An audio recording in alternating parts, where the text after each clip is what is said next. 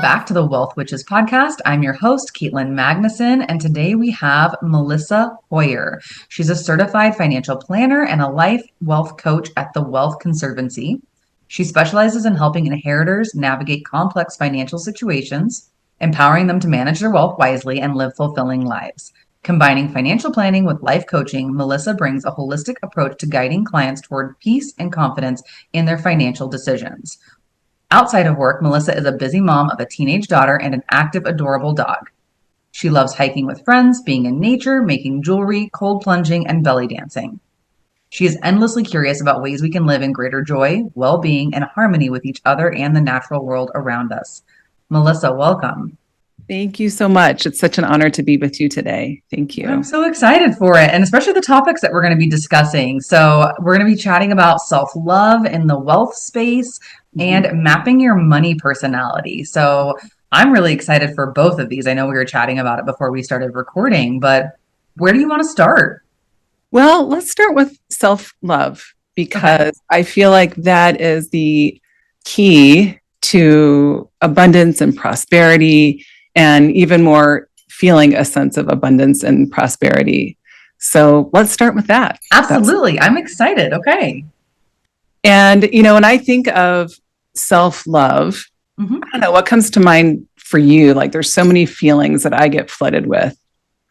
I mean, for me, self-love is feeling grounded in my body and content and nourished and rested and just so many like in the moment present feelings versus, the antithesis of that to me is almost like anxiety or stress or, any of those emotions or feelings or, exhaustion. And those all have a time and place. But yeah, for me, feeling really content and grounded, I think, is part of the core of self-love when I think of it. Right, exactly. And for me too, and I'm sure for everybody, that's a similar experience. And it's just this sense of like wholeness, wellness, feeling regulated. Everybody's talking about regulating your nervous system. And it's like a regulated nervous system. And from that, like stillness in our heart, I feel like there's such a sense of peace. And at the root of that is receiving. Absolutely. And worthiness. Like, am I worthy to receive love? And am I worthy to receive abundance? And even more important, am I worthy enough to feel abundant regardless of my circumstances? So I think self-love is absolutely the key. And for some reason, it just hits the core. It's like, one of our challenges as humans is to be able to allow ourselves to love ourselves and feel that sense of contentment. So that's the key. That's the key, easier said than done probably, but just having that, feeling good. And I think from there comes a sense of like total paradigm shift where we feel the sense of enoughness. I love the way Lynn Twist talks about it in her book called The Soul of Money, but she talks about how, like we wake up in the morning and we're like, oh, I got to get there. There's not enough time. I've got to do this. I got to do that. I didn't get enough sleep. I don't have time for breakfast. There's never enough. And from this place of just self-love and self-care, and I was practicing really intentionally this morning, knowing I was about to have this conversation and feeling the same way. Oh, I've got to get there. I am on a podcast. I better do my hair. And oh my gosh, there's not enough time. But I just didn't do that. I decided not to do that and just practice self-love and self-care. And what a paradigm shift. What a paradigm shift of just feeling that sense of enoughness. How do you circuit or pattern interrupt that? Because I think for so many of us, we fall into these old patterns of, this is what you do. This is how you're wired. These are the things, you do what you know and what you've grown up doing. And when you decide, because I know I've gone through this and I haven't found a good way to articulate this. So I'm really interested in your thoughts on it. But when you're trying to have this paradigm shift, you're trying to change, your behaviors and have an abundance practice or gratitude practice, how do you notice that you're in an old pattern and stop that or interrupt that? One of the easiest techniques I've used for a very long time, and this stems from my coaching I did with a coaching company called Life XT, and they wrote a book called Life XT, Life Cross Training and Ancient Wisdom Traditions that improve our health and well-being now. In that program, there's a practice called Notice, Shift, Rewire. So part of it is just the awareness. Okay. And, when I read that book by Lynn Twist, I'm like, oh yeah, I do that too. I wake up and I feel rushed immediately. And I may not have noticed that until I read it. So I think just hearing this now, people may have more of an awareness and when that happens. So you can catch yourself in it. And that's the noticing part. And the shift is like, that could be anything. It could be breathing, doing the square breath, inhaling for 4 seconds, holding it for 4, exhaling for 4, holding it for 4, that kind of thing. It could be breathing just to slow yourself down to remember, oh yeah, everything's okay. I'm going to get there. You are allowing yourself space to make a choice in that moment. Wow. So there's so many different ways, but that's one way that I do it is just like, yeah, I'm not going to do this. Yeah, there are other options here. There are other options, exactly. And I think just slowing down enough to remember that there's other options and what it is that you really want, that's the main thing. Absolutely. So yeah, I suppose that's my pattern interrupt. And by the way, years ago, someone said to me during my coach's training, which I remember to this day, he said, and he was I think he may have had a Buddhist background. He said, you can't hurry and not be in a hurry. And that was a total game changer for me because then our state of being, I still have to get to work on time. I still have to do all the things. And I can do that with a sense of the enoughness, like it's all going to work out, savoring the moment, remembering to look at the beautiful tree on the drive in and feeling my breath. And I somehow miraculously still get to where I'm going. Yeah, absolutely. When you were talking about that this morning, I was thinking about it is amazing to me when I get into busy season, which we're on the cusp of right now. And it's so easy to put off caring for myself, working out. I don't have time. I can't XYZ. It's shocking when I do actually prioritize doing those things. Everything else still manages to get done. Yeah. And my day seems significantly better. And I feel better at the end of the day. And it's a really interesting study for me every tax season to see how that plays out. Got it. Yeah. Are you preparing tax returns? Oh, yes. Ah, okay. Yes. Yeah. Thank you. Yes, 'tis the season. Yeah. Well, absolutely. It's I don't know why it's so hard to prioritize self-care in a busy season, but it just is. And it always makes such a difference. It really does. So, yeah. And, that said, it's all being in that place of the regulated nervous system, feeling calm and balanced. And then we can make better decisions. And that's a huge part of your financial world is decision making. And then we're in that place of self-trust and really hearing our, what's important, what matters in this moment and what's our intuition and really trusting that, especially in the financial world. I think that's so important is to trust your gut. Absolutely. Something that you touched on earlier that I did want to kind of dive into a little bit deeper was, I think I'm going to paraphrase here, but feeling into abundance when you're not in a place of financial abundance yet, I think is something I'd love to hear more about. It's the way that I would look at it is not necessarily fake it till you make it. There are other ways that I've heard it said, but, putting yourself in this space of I am abundant and like recognizing the things in your daily life. But what does that look like to you in practice for someone that's maybe not where they want to be, or they don't feel wealthy yet, or, they're on their way, but they're not there? Right. Something you said, I think hits the nail on the head. And I think it's broadening our definition of abundance from beyond financial abundance. There's so many forms of capital in our life, right? Like emotional, spiritual, financial, social. And so no matter what, there's an abundance of something. And even if you're out of a job and concerned about bills, and that's a very scary place to be, and taking a deep breath and recognizing I have an abundance of time. I get to spend more time in nature with my family or whatever it is. And yes, there's still the other things present. And it's where you're choosing to place your attention in that moment. Absolutely. In a way, it's like easy to feel abundant when everything's going well.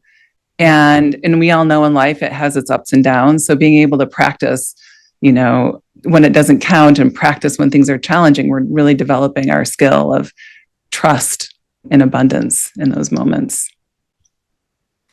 I think that's so easily overlooked because I think so many people do just think of financial abundance as one of the only, traditional ways to be abundant or to be wealthy. And yes, it's absolutely one part of it, but there's so many other facets.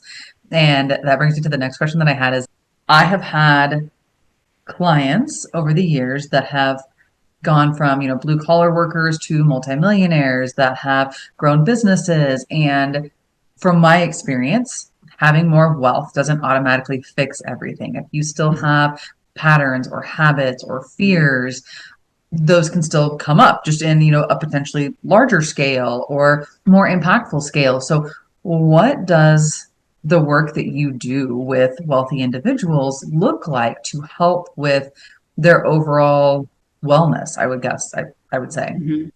Well, I think you're exactly right, is that wealth is really a magnifier of what exists in you in that moment. Mm-hmm. Money, that's the biggest myth, is we all dream about that moment when we have a lot of money, we don't have any more problems. And of course, that's not true. We all know that. And really, wealth is just magnifying whatever's there. So if you're an introvert and don't want to interface, you have wealth, you can pay people to do that, and you don't have to do that. And then you're not going through that challenge, right? When we work and we have to face our limitations and things like that, we grow as a person. And I think that's one of the challenges of being a wealthy person, is that you may stop growing if you're not challenging yourself and being mindful of that. I didn't think of that. Yeah, that's a really good point.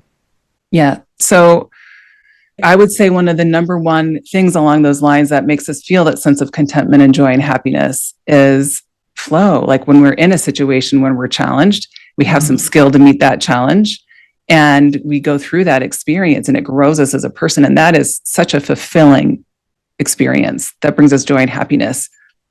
And it also takes a little bit of like, I have to do this, because it's really easy to fall into feeling comfortable and safe. So if you're in a situation where you don't have to do something and you feel comfortable and safe, you're not evolving as much as a person. So I'd say in working with clients, one of the things is to continue to create containers where you can grow and be challenged and things like that.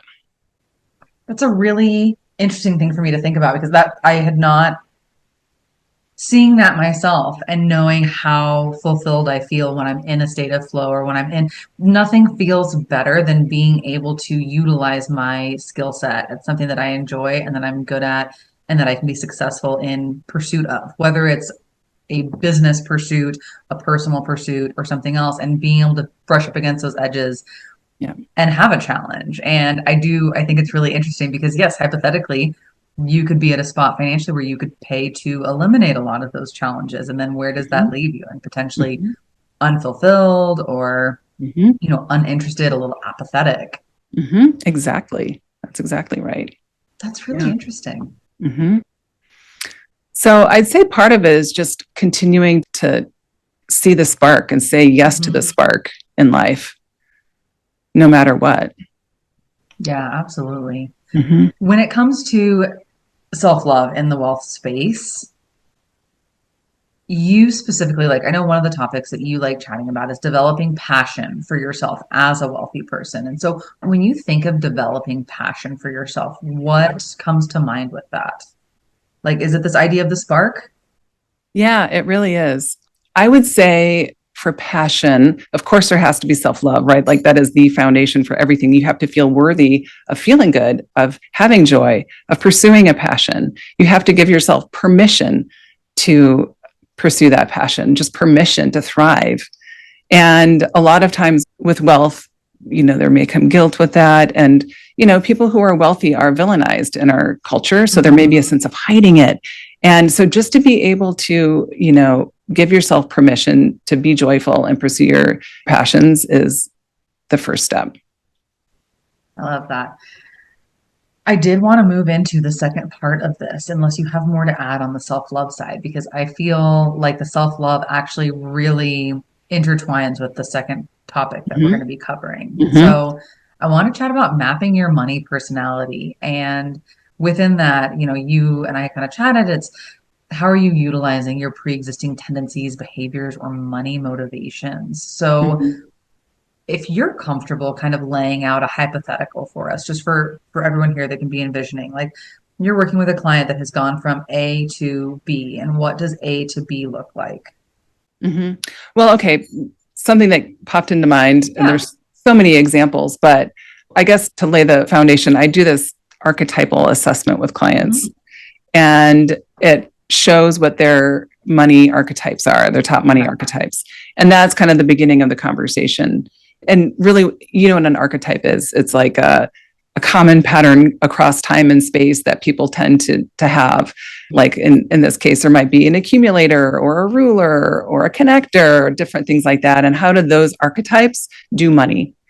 So we start with that. And, I was working with one younger woman, and she took the assessment, and she's an inheritor. And she realized that her top archetype was her dad's voice. And then the archetype that was below it, because we look at the top three archetypes, was her. Like that was what's in her heart. That's how she would do it. And so I think just the awareness of like where all this comes from, and oh, I'm not wrong. This is my dad's voice. And there's a lot of value to what he's been teaching me. And here's what's in my heart. And guess what? That's okay too. So that's one of the ways that you can work with it. And then instead of having all this friction, or I'm not doing it right, I'm not okay, falling out of self-love, right? Or trying to get approval by doing it this way, you're in much more balance and harmony. And then you can pursue all those things that bring joy and passion. I love that. When someone like that, basically, where their, top archetype is something other than what's in their heart, Mm-hmm. how is it just kind of like what we were talking about earlier, where it's a practice of noticing so that you're able to be pursuing your wants, your desires? Yeah, it's noticing and it's creating a vision, and it's really deciding like, okay, inventory. I think of it as like going through an attic, right? And you're going through all these old boxes, like, oh, that's what's in there. So you're really taking inventory of your thoughts and your beliefs and what actions that leads to and what results are coming from that, and deciding, you know what, this really serves me. This just doesn't anymore. It's okay, Mm-hmm. you know? And you know what? Here's what else I'd like to add to this foundation of thoughts and beliefs and attitudes. And I'm going to, practice it, right? Fake it till you make it in a way, right? And so then you just create this vision of who you are at your best with money. I love that. So you incorporate life coaching with what you're doing at your firm. With that, with the life coaching side of it, because I've, chatted with CFPs in the past, and I was really intrigued in, learning more about you because it looks like you're coming in at this from a much more holistic standpoint, which I feel like has the potential to, one, be much more impactful and to serve the clients that you work with significantly in a fuller capacity, basically, because you're not just, not to downplay like your CFP services, but you're not just laying out, this is where it is, this is where you can be going, this is what everything looks like, but it's taking action that's aligned with them, like helping coach them with that. And what has the difference been for you since incorporating life coaching into your business with clients? Mm-hmm. Well, just kind of summarize what you said a little bit is I like to go from the transactional nature of the financial Mm-hmm. part to the more transformational Mm-hmm. piece. And so I do think that that's one of the impacts is it can be transformational to go through this process for people. And more than anything, it creates such deep relationships. I work with people for years and years and years. And when I really know someone, then I can really be more of assistance. Mm-hmm. I can really know, like, I know that person really wants this. And like, okay, right now, I'm here to remind you of that. So it's really fulfilling to be able to help people in a very like deep, fundamental way so I can see them blossom and have the life that they desire.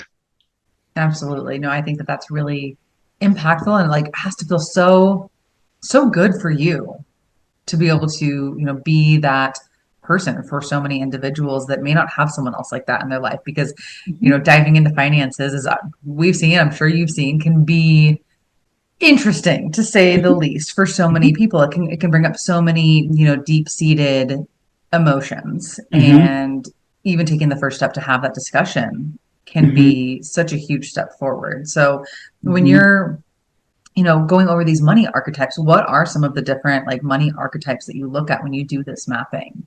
Mm-hmm. Okay, let's see if I can remember. I think there might be 6 or 8 archetypes. So one of the archetypes is an alchemist. Mm-hmm.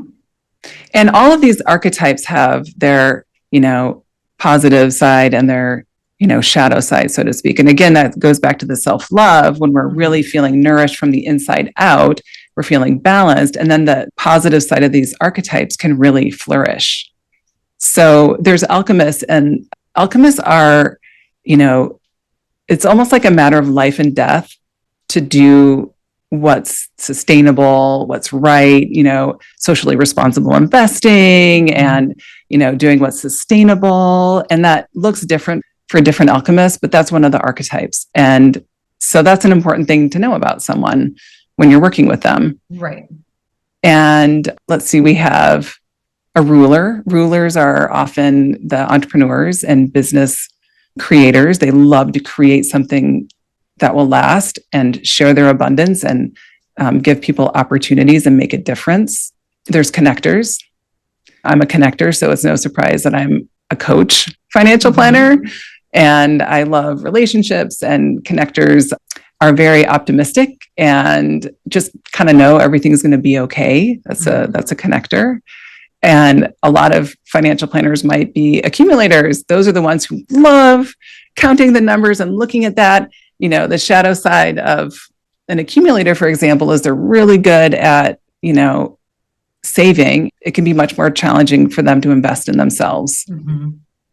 And then there's nurturers, and those are the people who love to give. So they may even, receive their joy and happiness and maybe even self-worth, if it's getting to one extreme, from giving to others. And their challenges, they may over give and feel resentful, or maybe overgive and, have a problem in their financial world because they're giving too much. So nurturers. And there's celebrities.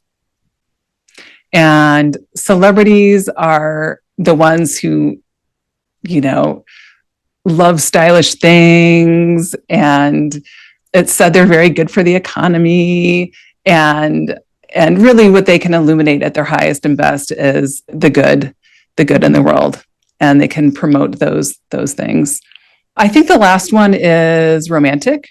Romantics are like your inner hedonist and the ones who just appreciate beauty and good things and things like that. I think those are the main archetypes. And all of them they have their gifts and strengths, and they have their challenges that go along with it. I'm assuming when living in alignment or, living as their kind of best, most abundant self, we see a lot of the positives. And when, living in a state that's not ideal for them, we see a lot more of that like shadow side essentially of those. Yes. That's absolutely the goal. And so there's lots of activities once you have this awareness of who you are naturally, then, how can you lean into your gifts and what's holding you back? How is it holding you back? And, what would it look like to do that successfully in a way that honors your style, who you are? Do you find patterns amongst the people that you work with falling into certain archetypes over others? Or is it really kind of across the board? I feel like it's really across the board. That's really interesting. Yeah. Yeah. Everyone is such an individual. Mm-hmm. And what gives each of these archetypes their flavor is the combination of archetypes. Okay. So like one alchemist might be combined with a ruler, and they're going to start the movement for something, right? Mm-hmm. And another alchemist might be a connector, and they're going to be doing like the one-on-one, being a mentor or whatever it is. Like that is what gives each archetype their individual essence, which is really, really fun to see.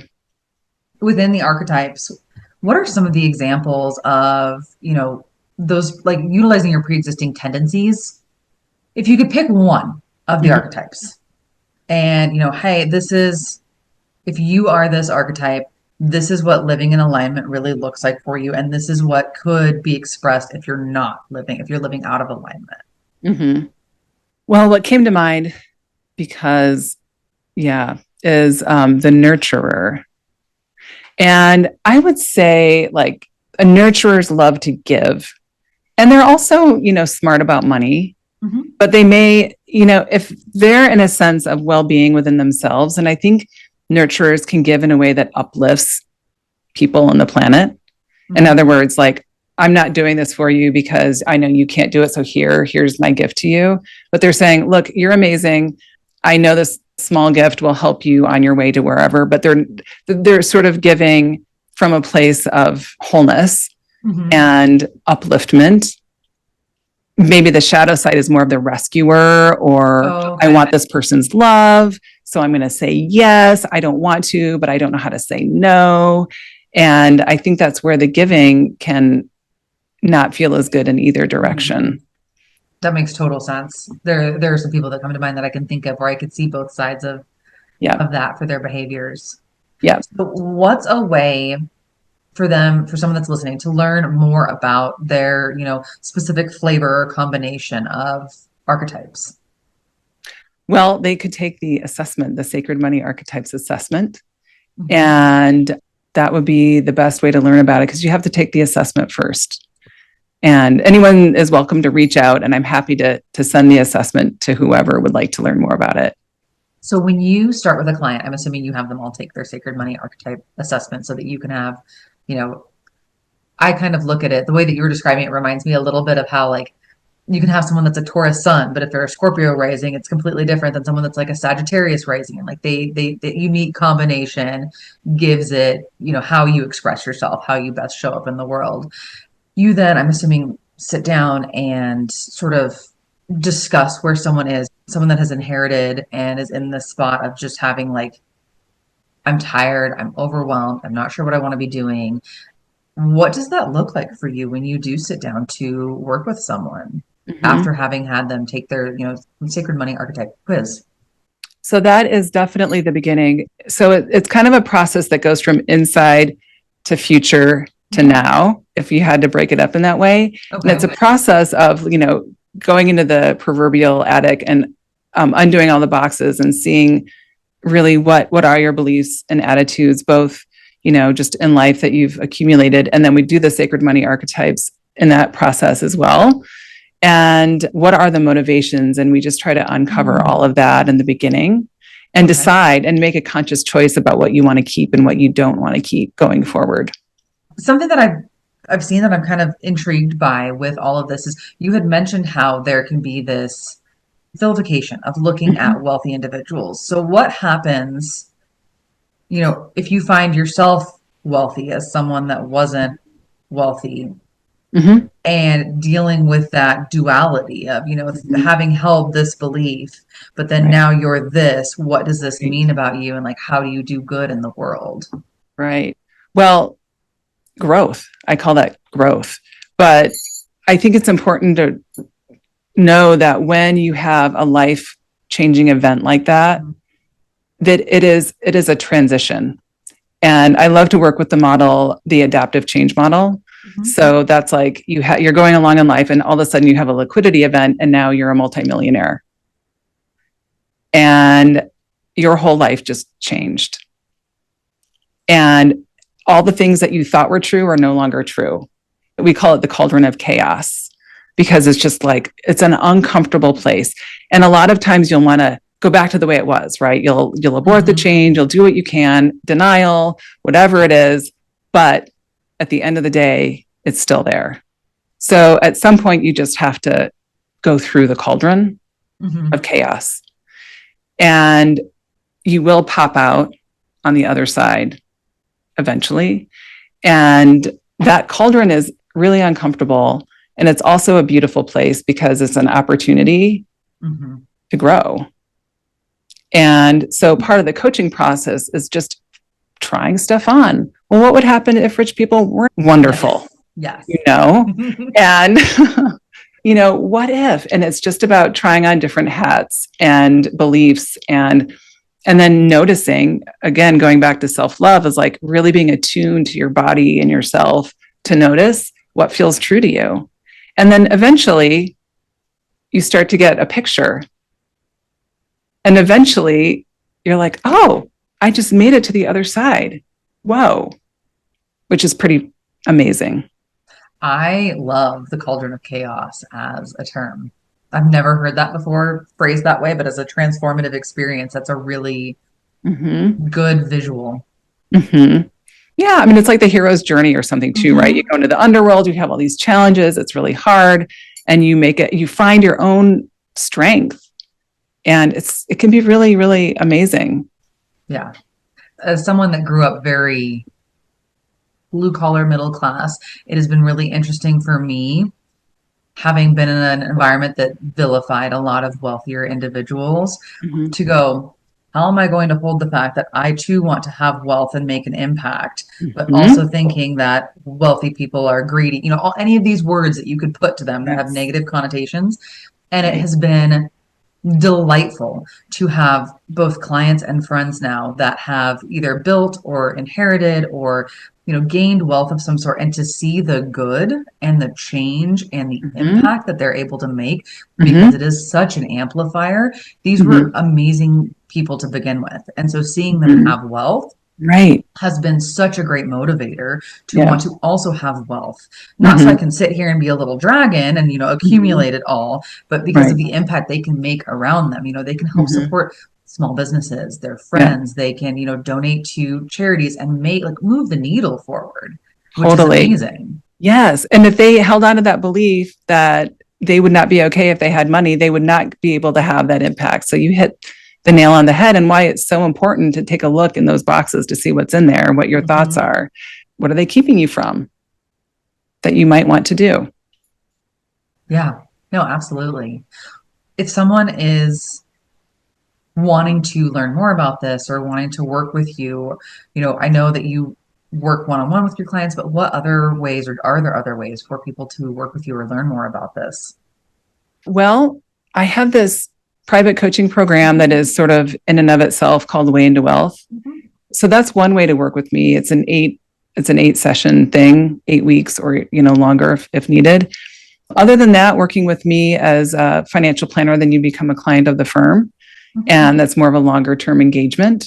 So those are the 2 ways at this point in time that you can work with me. And I always welcome anyone if they're wanting to, take the assessment. I'm happy to hand out the assessment. I could do, single coaching sessions to go over your results. Like that's a possibility as well. So I'd say that Mhm. those are the best ways to work with me at this point in time. That's awesome. So we will frequently have people reach out to us that are trying to be proactive, right? Maybe they're not sure if they're in a situation to merit working with us yet, but they have questions or they want to kind of be proactive. Is that something too where, you have these proactive conversations with individuals, hey, this is where I'm at right now. Is this something, or when would it make sense for me to engage further? Oh, absolutely. Absolutely. Anyone is welcome to call, and you can check out our website, thewealthconservancy.com. You can check out the coaching program Way into Wealth website as well and read up. And if you're like, yeah, I think that there's something here, absolutely, please call. We'd love to talk. Yeah, I think that that's something that comes up a lot for people is, is it time yet? Am Mm-hmm. I going to benefit from this? And I think you don't know if you don't take a little bit of time to do some research or to ask the questions. And Mm-hmm. with the program, that you're doing right now, what does that, you said it's 8 sessions. Are you comfortable sharing a little bit more about it? Yeah, right. Okay. So the 8 sessions are everyone has a purpose and a takeaway. Mhm. And on the website, if you go to the website, you can see exactly what each session is and exactly what you'll do and what the intended takeaway is from each session. But that's the process where we start from the internal Okay. dialogue, thoughts, beliefs, and being really conscientious about what you're choosing to take with you going forward. And, in between from the first 2 sessions, we work with a challenge, Okay. and we do a coaching session to really have a breakthrough around a challenge you're experiencing in your financial world that might be holding you back. And then we move into visioning, like, who are you as a wealthy person? Who are you as having a great relationship with money? What does that look like? And we get really clear about that, both from a visioning perspective, as well as here are the habits that I'm going to let go of, and here are the new ones that I'm going to start doing. So there is some tangible pieces that come out of that.